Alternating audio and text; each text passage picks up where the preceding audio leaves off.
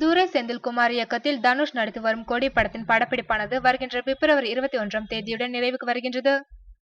எதிர்நீச்சல், காக்கி சட்டை படங்களை தொடர்ந்து தற்போது தனுஷை வைத்து கொடி படத்தை இயக்கி வருகின்றார் துரை செந்தில்குமார். முதல் முறையாக தனுஷ் இரட்டை வேடங்களில் நடிக்கும் இந்த படத்தின் படப்பிடிப்பானது தற்போது பொள்ளாச்சி பகுதிகளில் நடைபெற்று வருகிறது. இதில் தனுஷிற்கு ஜோடியாக த்ரிஷா, ஷாம்லி இருவரும் நடித்து வருகின்றனர். இந்நிலையில் வருகின்ற பிப்ரவரி 21ஆம் தேதியுடன் மொத்த படப்பிடிப்பை முடிவுக்கு கொண்டு வர படக்குழுவினர் திட்டமிட்டுள்ளனர்.